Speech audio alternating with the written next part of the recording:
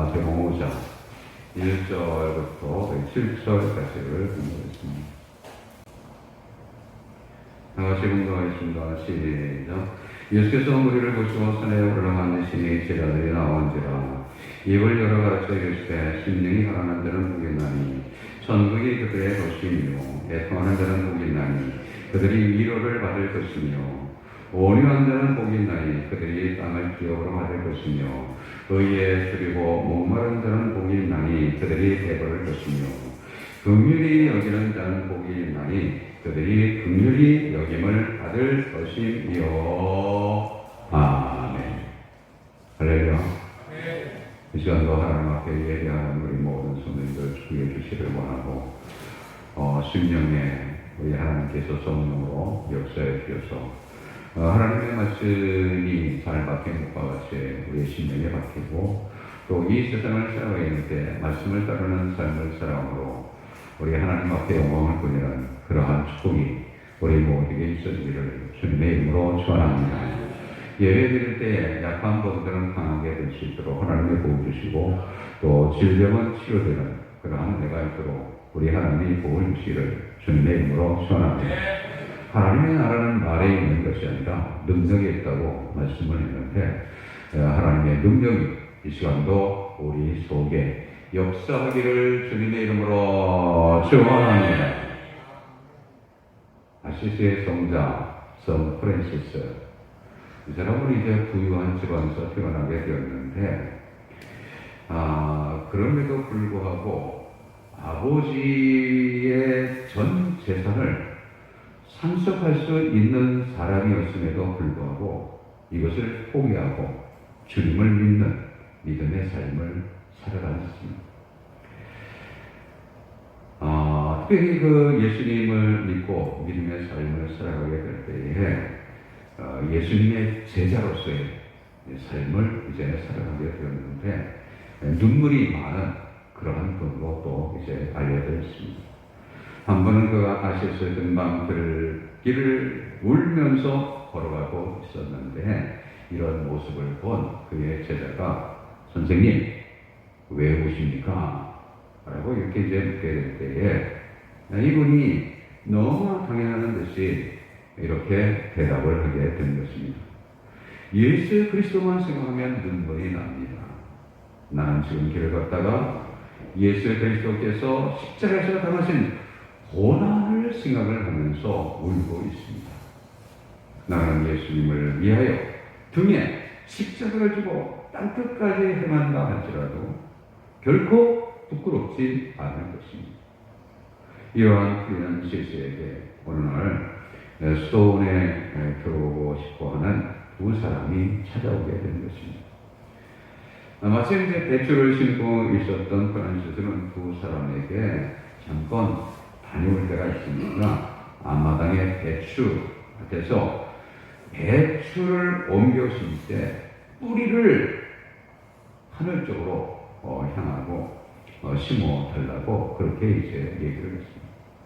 한 사람은 선생님이 말씀대로 해야지 하면서 이제 거꾸로 배추를 이제 심게 되었는데 또 다른 사람은 이 선생님이 잘못 말씀하신 거다. 이렇게 이제 생각을 하고 그것은 말도 안 되는 소리니까 제대로 이제 똑바로 심게 되었습니다. 저녁에 되어서 돌아온 프란시스는 뿌리를 하늘 쪽으로 옮겨 심은 이 사람은 받아들이게 되었고 제대로 심은 사람은 집으로 돌려보내게 되었습니다. 제대로 심은 사람이 프란시스를 찾아가서 왜 나는 집으로 돌아가야 되는지 그 이유를 이제 묻게 되었습니다. 프란시스는 이렇게 말을 하게 되었답니다. 지금 우리는 농사꾼을 뽑자는 것이 아닙니다. 합리적이라 불합리적이라를 묻고 있는 것도 아닙니다. 얼마나 농사를 잘 알고 있느냐 그것을 알아보는 것도 아닙니다. 저는 단지 순종할 수 있는지 그 여부를 확인하는 것입니다. 이렇게 대답을 해 주게 된 것입니다. 프란시스는 참된 제자라는 것은 순종에 있는 것이다. 이렇게 생각을 하게 됩니다. 일반적으로 제자는 지식이나 덕을 갖춘 사람으로부터 가르침을 받는 사람을 제자라 이렇게 이제 말을 합니다. 그런데 이것을 이제 기독교에서 제자라는 용어를 이제 사용하게 되면은 예수님의 가르침을 받아 예수님의 뒤를 따르는 사람을 가리켜서 예수님의 제자다 이렇게 이제 말하는 것입니다. 다시 말하면 예수님의 제자라는 것은 주님의 말씀만 듣는 것이 아니라 예배만 드리는 것이 아니라 예수님의 말씀으로 가르침을 받고 다른 말로 말하게 되면 세상의 어느 유명한 학자, 지식인 또는 무슨 성인이라고 불리는 사람들 그 사람들의 가르침을 받는 것이 아니고 예수 그리스도의 말씀 이 말씀으로 가르침을 받고 그리고 예수님의 뜻을 따라 예수님을 따라가는 사람 이 사람이 예수님의 제자다. 그러면 주님이 주님의 제자에게 원하시는 것들은 무엇입니까? 우리는 성경을 통해서 여러 가지 많은 것들을 주님이 우리에게 요구하시는 것을 보게 됩니다. 간단하게 말하면 이제 사랑이지만 그러나 여러 가지 말씀들을 보게 되면 또 여러 가지가 또 있는 것입니다.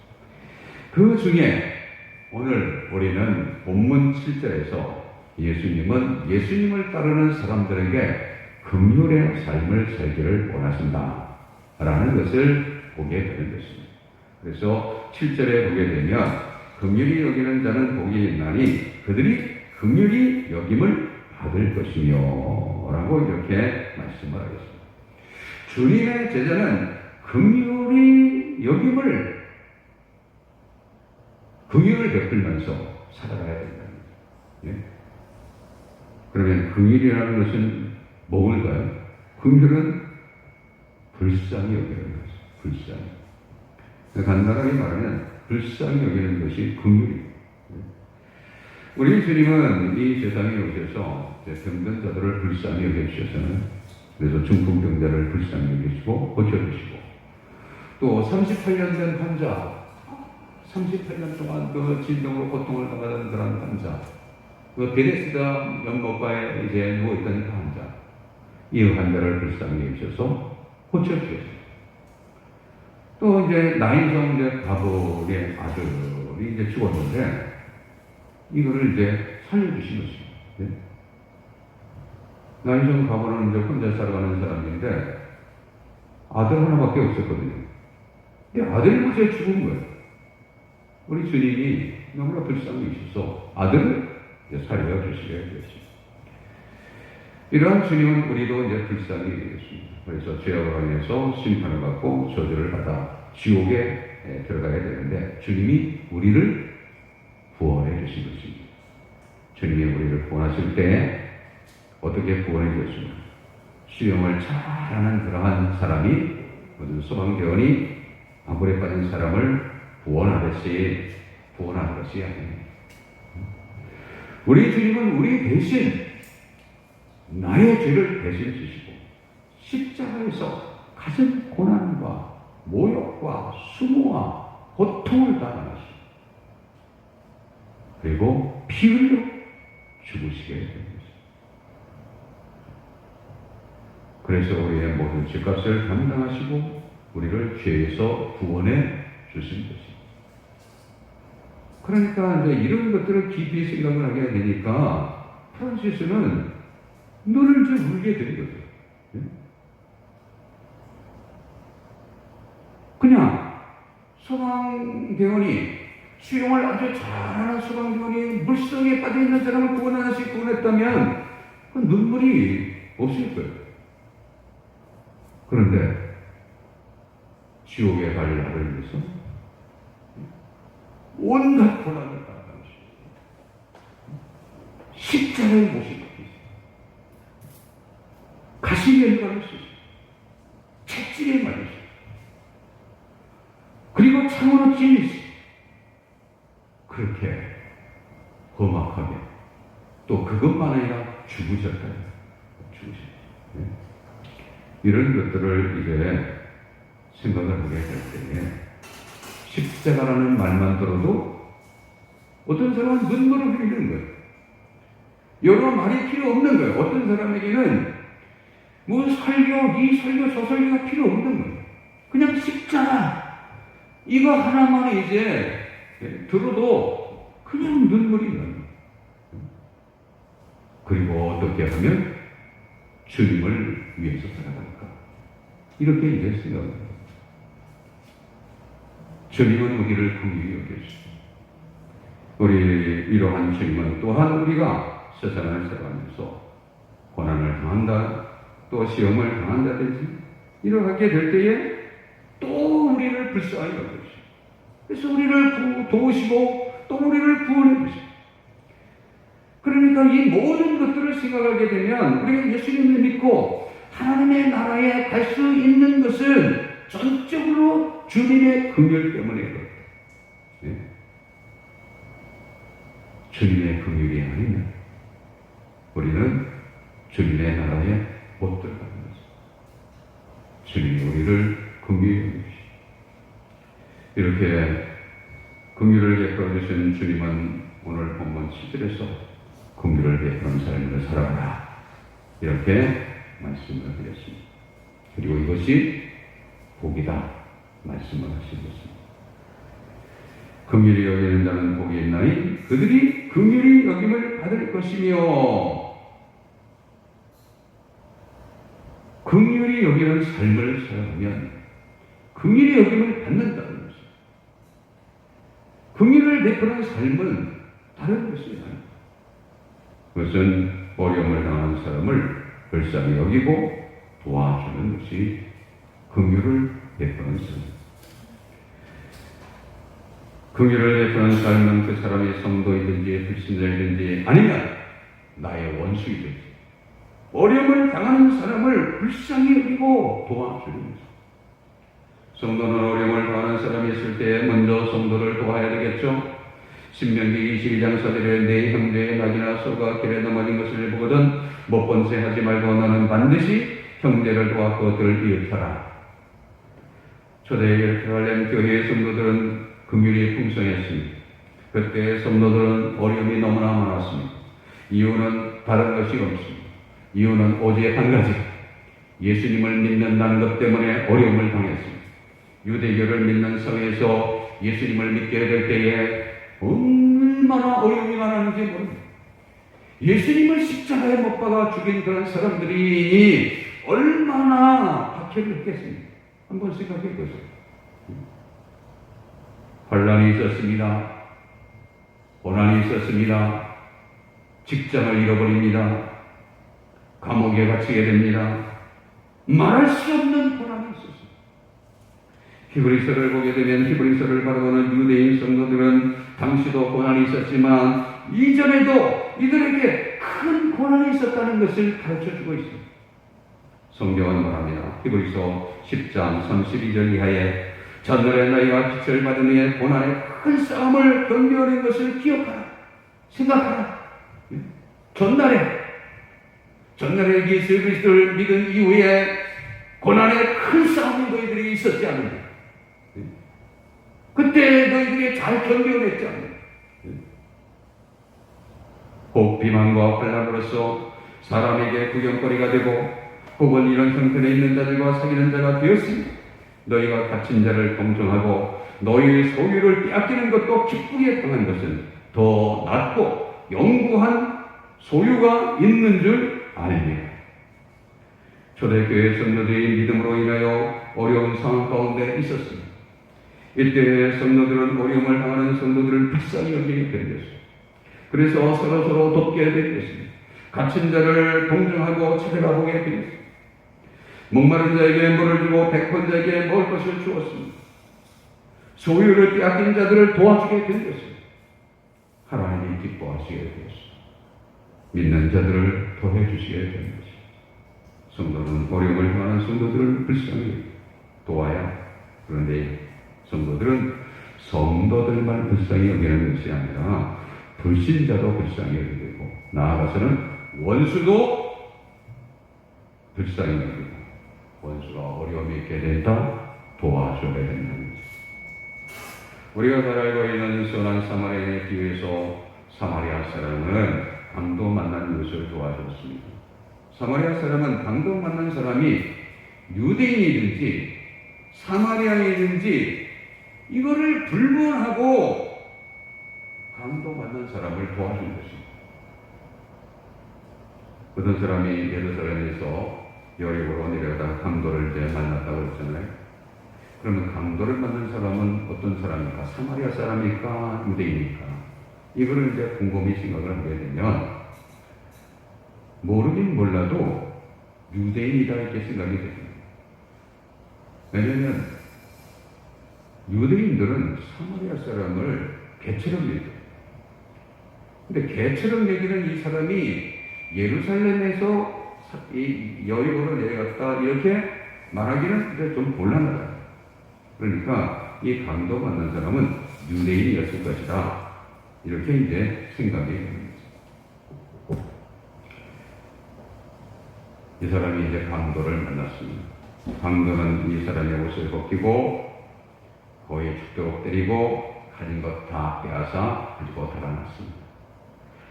그러니까 옷도 벗겼다. 옷을 벗겼다라는 것은 옷도 가져가요. 유대인에게 있어서 겉옷이 굉장히 이게 값이 나간 값이죠. 그래서 성경에는 이런 말씀도 있어요. 잠언 20장 16절에 타인을 가여 보증선자의 옷을 취하라. 보증선자의 옷을 취하라. 강도는 이 사람을 거기에 죽도록 때리고 가진 것 다 뺏어가지고 달아났습니다. 강도 만난 사람은 사경을 보냈습니다. 그런데 마침 한 제사장이 그 길로 내려가다가 그를 보고 피하여 지나갔습니다.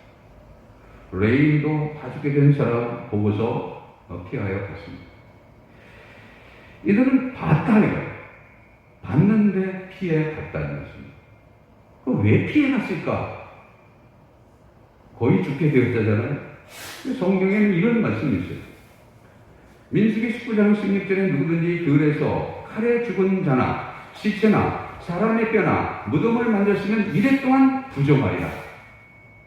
7일 동안 부정하게 됩니다. 그러니까 다 죽게 된 사람이니까 이 사람을 갖다가 일으키다가 이 사람이 죽으면 부정한 사람이 되는 거예요. 그것도 하루가 부정하는 게 아니라 1회 동안 부정해요.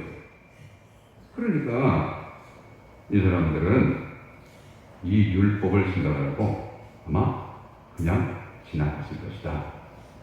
이렇게 이제 생각을 할 수가 있습니다.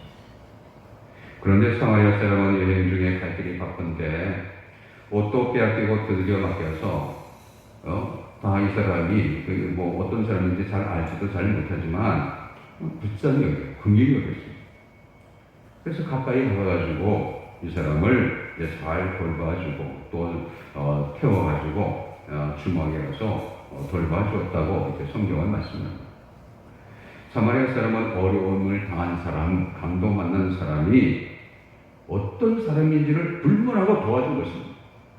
유대인지 아니면 사마리아 사람인지 거기에 상관없이 도와주게 되는 것입니다. 그렇습니다. 성도는 모든 사람이 어려움이 있게 될 때 모든 사람을 다 도와줘야 된다는 거죠. 잠언 24장 11절에 너는 사망으로 끌려가는 자를 건져주며 살림을 당하게 된 자를 구원하지 아니하려고 하지 말라. 내가 말하기를 나는 그것을 알지 못하였노라 할지라도 마음을 저울질하시는 네가 어찌 통찰하지 못하시겠으며 내 영혼을 지키시는 네가 어찌 알지 못하시겠느냐. 그가 각 사람의 행위대로 보응하리라. 하나님은 심는 대로 거두게 해주신다는 것입니다. 이처럼 성도는 모든 사람을 불쌍히 여기고 도와줘야 되는데 어려움을 당하게 될 때에 원수까지도 불쌍히 여기고 도와줘야 된다. 우리는 원수는 미워하잖아요. 원수는 보기도 싫잖아요. 네? 원수 보기 좋아하는 사람 있어요? 네? 원수는 보기도 싫어요. 원수. 그리고 원수는 망하기를 원해요. 그런데 그런 사람이 어떻게 원수가 어려움을 당하게 될 때 도와줄 수가 있나요? 불쌍히 할 수가 있나요? 원수가 넘어지거나 또는 엎어지게 되면 오히려 박수를 치고 즐거워하고 기뻐하는 거예요. 그런데 성경은 그렇게 하지 말라고 그러는 성경. 잠언 24장에 네 원수가 넘어질 때 즐거워하지 말며 그가 엎드러질 때 마음에 기뻐하지 말아라. 하나님의 원수가 넘어질 때 즐거워하면 안 된다. 기뻐하면 안 된다. 한 걸음 더 나아가서 오히려 불쌍히 여기고 도와주어야 된다고 성경은 말씀합니다. 하나님은 말씀합니다. 출애굽기 23장 4절 이하에 내가 만일 내 원수의 기회를 선언하기를 보거든 반드시 그 사람께로 돌릴지며 내가 만일 너를 미워하는 자의 나귀가 짐을 싣고 엎드러짐을 보거든 그것을 버려두지 말고 그것을 도와 그 짐을 부려라. 잠언 25장에 내 원수가 배고파하거든 음식을 먹이고 목말라 하거든 물을 마시게 하라. 로마서 12장에도 내 원수가 줄이든 먹이고 목마르든 마시게 하라. 그리함으로 네가 숯불을 그 머리에 쌓아놓으라. 하나님의 원수라도 어려움을 당하는 걸 보면 불쌍히 여기고 긍휼히 여기고 도와주라고 하셨습니다. 배고파하면 먹을 것 주고 목말라 하면 마실 것을 주라는 것입니다. 미워하는 자의 나귀가 짐을 싣고 엎드려진 것을 보면 그대로 하지 말고 그것을 도와 그 짐을 부려줘라.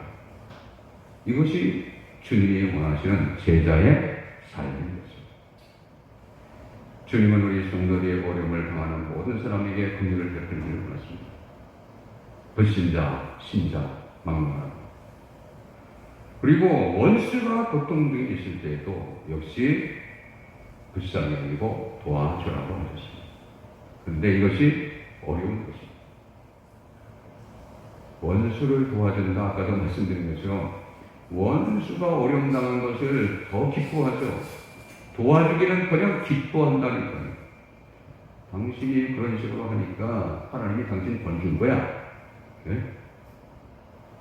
그렇게 하면서 속으로 그냥 박수를 치고. 네? 그런데 그렇게 하지 않아요. 어떤 아버지가 아들에게 이웃집에 가서 낫을 빌려오라고 했어요. 아들이 이웃집에 가서 낫을 빌려달라고 했더니 못 빌려준다는 거예요. 그래서 이제 그냥 왔죠. 아버지한테 얘기했습니다. 이웃집에서 안 빌려준다. 그런데 며칠 후에 이웃집 아이가 낫을 빌리러 왔어요. 아버지는 낫을 빌려주라고 해요. 아들이 이건 문제가 있다 이거든요. 아니 얼마 전에 우리 안 빌려줬는데 아니 아버지 얼마 전에 우리 안 빌려줬어요. 그런데 무슨 못 빌려주니까 이렇게 그랬더니 아버지가 이제 말씀하시기를 우리도 빌려주지 않는다면 복수를 하는 것이고 빌려주는 것은 긍휼을 베푸는 것이다. 이렇게 말을 했다는 것입니다. 네? 복수. 사람은 복수를 하기를 합니다. 우리의 옛사람은 복수를 하기를 합니다. 네? 나는 네가 행한 대로 갚고야 말 거야. 네? 그리고 복수를 하게 되면 아주 통쾌하게 생각을 합니다. 네? 그런데 그것을 하나님이 원하시지 않습니다. 네? 하나님이 원하시는 것은 복수를 하는 것이 아니라 선으로 악을 이기는 것입니다. 악으로 악을 갚는 것이 아니라 선으로 악을 이기는 것. 이것이 주님이 원하시는 것입니다. 그래서 원수가 어려움을 당할 때 긍휼히 여기고 도와주는 그것은 바로 선으로 악을 이기는 것입니다. 이렇게 될 때에 원수는 자기가 행한 일에 대해서 부끄러움을 느끼는 것입니다. 그리고 더 나아가게 되면 하나님께로 돌아오게 되는 것입니다. 그래서 하나님 앞에 영광을 돌리게 되는 것입니다. 선으로 악을 위한 삶을 살아가는 긍휼이 풍성한 우리 모두가 되기를 주님의 이름으로 축원합니다. 그리고 긍휼을 베푸는 삶을 용서하고 축복하는 삶. 에베소서 4장 32절에 서로 친절하게 하며 불쌍히 여기며 서로 용서하기를 하나님이 그리스도 안에서 너희를 용서하신 것 같이 하라. 성도는 서로를 불쌍히 여기고 이거 용서를 해야 됩니다. 우리는 예수님을 믿어 의로운 사람이 되었습니다. 이 의로운 사람이 되었다는 것은 법적으로 의로운 사람이 된 것이지 우리가 실질적으로 내용이 의로운 것은 아닙니다. 다시 말하면 예수님처럼 그런 사람이 된 것은 아닙니다. 예수님은 실수가 없습니다. 예수님은 죄가 없습니다.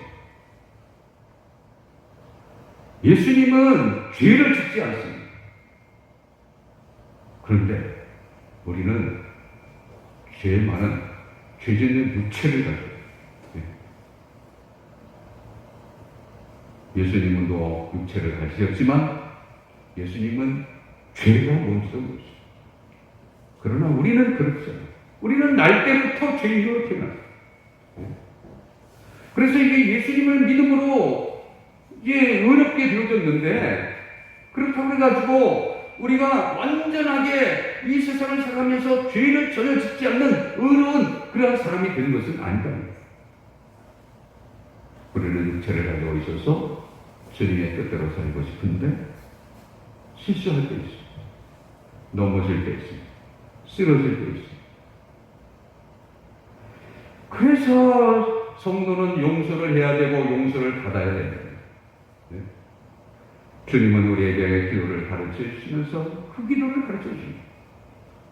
우리가 우리에게 죄 지은 자를 사하여 준 것 같이 우리 죄를 사하여 주옵시고. 이러한 주님은 베드로가 형제가 내게 죄를 범하면 몇 배나 용서를 해줄까요? 7번까지 하면 되길까요? 이때 주님이 하신 말씀이 무엇인가요? 7번씩 70번까지 해요. 70번씩 7번이요. 그러면 이 말씀을 통해서 주님이 주시는 말씀은 무엇입니까? 그것은 너도 그렇게 약한 사람, 나한테 잘못한 사람만 약한 게 아니라 너도 똑같은 사람이다.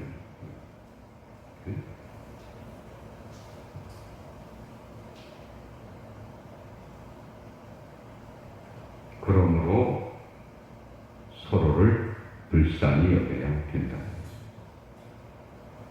주님은 십자가에서 주님을 십자가에 못 박는 사람들을 위해서 기도를 하시게 될 때 용서하는 기도를 하셨는데요. 아버지 저들을 사하여 주옵소서. 자기들이 하는 것을 알지 못합니다.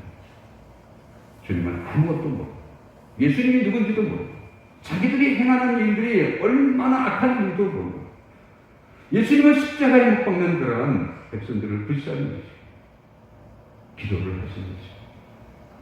저들을 용서해. 자기들이 하는 것을 모릅니다. 그렇습니다. 불쌍히 여길 때에 용서가 되는 것입니다. 성도는 서로가 불완전한 사람임을 기억을 해요. 나는 완전한 사람이 하나도 없습니다. 내가 완전하지 못한 것으로 다른 사람도 불완전합니다. 그러므로 서로를 긍휼히 여기고 용서를 해요. 그럴 때 교회에 평화가 임하게 되는 것입니다. 그리고 교회는 하나가 되는 것입니다. 다른 다른 사람을 정죄하는 사람들이 이제 많이 있는데, 그거는 자기를 모르는 게 있어요. 누가 잘못할 때에 그 사람을 정죄하는 사람들이 있어요. 근데 정죄할 때 꼭 기억해야 될 것은 똑같은 사람, 나도 똑같은 사람. 그거를 언제나 기억해야 돼요. 그러면 용서가 이제 될 수가 있다는 거죠. 이렇게 우리는 서로를 이제 불쌍히도 용서를 해야 되는데, 성도는 원수까지도 그렇게 해야 된다는 거죠. 나를 미워하는 사람, 나를 해치기를 원하는 사람, 나를 악으로 대하는 사람, 불쌍히 여겨야 된다. 이 용서, 한 걸음 더 나아가면, 그러면 축복을 빌어야 돼요. 축복. 예? 그렇지 않게 되면 자기가 더 어려움이 있게. 예? 이런 얘기가 있어요. 어떤 분이 갑자기 오른팔이 위로 올라가지 않아요. 이게 올라가지 않아요. 오른팔. 예? 팔을 들 수가 없는 거예요. 팔을 들 수가. 병원에 가서 이제 진찰을 했죠. 검사를 받았죠. 그런데 원인이 없는 거예요. 원인. 그러니까 뼈하고 이 신경에 이상이 없는데 이게 안 올라가요. 올라가죠. 그래서 이제 정신과 의사를 찾아야 돼요. 정신과 의사. 정신과 의사를 찾아갔는데 상담을 통해서 원인을 밝혀내게 되었다는 거죠. 이 부인은 그 시어머니와 이제 한 집에 살고 있었는데요. 예? 시어머니가 너무나 이 며느리를 이제 구박을 하는 거예요. 그냥 구박을 받으니까 며느리 사람 아니에요? 예? 사람이니까 어떻게 하겠어요? 시어머니가 믿겠죠. 예? 미워. 그래서 이 시어머니가 자기를 괴롭힐 때마다 미움이 폭발하고 한 걸음 더 나아가니까 이 손이 이게 올라가려고 해요. 손이. 그런데 시어머니가 막상 때릴 수는 없는 거예요. 그러니까 미움이 초올라가요. 그리고 이제 손도 올라가려고 그러는데 올라가지는 못해요. 그냥 한 대 시간 때리면 이제 시원하겠는데 그럴 때는 큰일 나요. 이렇게 할 수도 없고 저렇게 할 수도 없고 스트레스만 받아. 그래가지고 이 오른손을 들지 못하게 되었다. 장애가 오게 되었다. 이처럼 미워하게 되면 자신에게 고통이 되는 것입니다. 그러나 긍휼히 여기고 용서하고 축복하면 자신도 평안하게 되고 원수도 변하게 되고 하나님의 은혜가 풍성하게 임하게 되는 것입니다. 어떤 예수 믿는 직장인이 있었는데 이 직장인의 상사가 아주 성격이 못됐다는 것입니다. 성격이 쾌팍해가지고 걸핏하면 사소문을 갖고도 화를 내고 또 서류를 그냥 집어던지고 성도는 너무나 직장에서 스트레스를 많이 받아요. 견딜 수가 없고 이대로 가는 이제 병이 나가지고 어떻게 될 것 같은 그런 상황이에요. 그래서 직장을 사표를 했고 심각하게 고민하는 중에 성경을 읽었는데 로마서 12장을 읽었어요. 거기에 보니까 너희를 핍박하는 자를 축복하라. 이 말씀을 읽게 될 때에 마음에 확 와닿게. 그래서 그래 너희를 핍박하는 자를 축복하라 그랬는데 그런데 이 말씀대로 한번 해봐요. 이 말씀. 다음날 직장에 이제 갔습니다. 여전히 자기에게 불같이 화를 내요. 그때 속으로 주님 저분을 축복해 주세요. 속으로 축복 기도했어요. 또 자기의 심령을 낼 때마다 계속해서 상사를 하나님께서 주님께서 상사를 축복해 주시기 위해서 속으로 기도를 해요. 성도는 이제 이 상사가 변화될 것을 믿고 계속 기도를 드렸는데, 그런데 상사가 변화가 안 되는 거예요. 변화가 안 돼요. 그 대신에 놀라운 일이 생기게 되었는데, 그것은 다른 것이 아니라 자기가 변하게 됐어요. 이 성도가 변할 때, 이 직장 상사가 잘 되기를 위해서 축복을 위해서 이제 축복 기도를 그랬더니 더 이상 상사가 믿지가 않아요. 믿지가 않아요. 화를 내는데 믿지가 않아요. 신경질 내는데 믿지가 않아요. 오히려 평안하고 그리고 기쁨이 있는 거예요. 그리고 이 상사가 불쌍하다는 생각이 듭니다. 계속해서 이 성도는 진실한 마음으로 그 상사를 위해서 기도를 했습니다. 축복하면서 기도했습니다. 마침내 이 상사의 마음이 움직였어요. 야! 예수님 믿는 사람 다르다. 예수님 믿는 사람 다르구나. 네? 그리고 이 사람이 예수님을 믿게 되었다는 것입니다. 금일 여기는 사람이 복이 있는 것입니다. 금일이 여기면 금요일이 여김을 받게 됩니다. 생지 사자 이야기에서 보는 것처럼 생지가 지나가다가 사자를 건드려서 잠자는 사자가 깨웠는데 화가 난 사자가 생지를 이제 죽여버리려고 할 때 생지가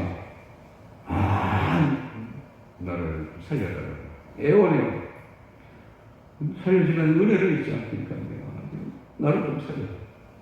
사자가 불쌍히 여겨가지고 생지를 살려줬다는 거예요.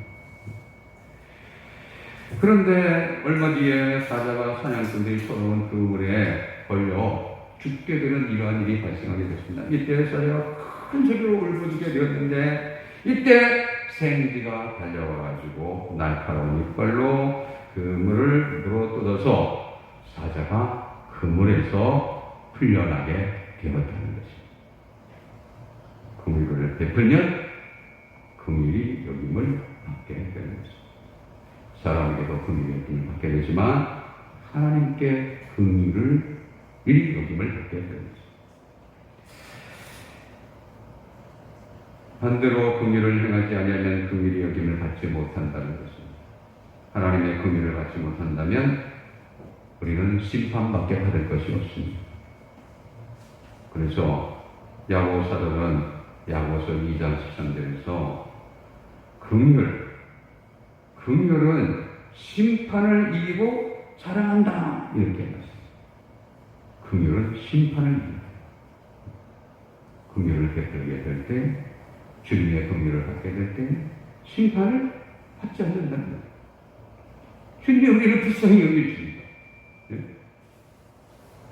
성도는 하나님의 긍휼을 받은 사람, 하나님의 사랑을 받은 사람, 이제 받은 은혜, 받은 사랑을 감사하면서 긍휼의 삶을 살아가 교회 안에서 화평을 추구하고 생명을 살리고 하나님께 영광을 돌리는 복된 믿음의 삶을 살아가는 주님의 제자로서의 삶을 살아가는 우리 모두가 다 되기를 주님의 이름으로 축원합니다.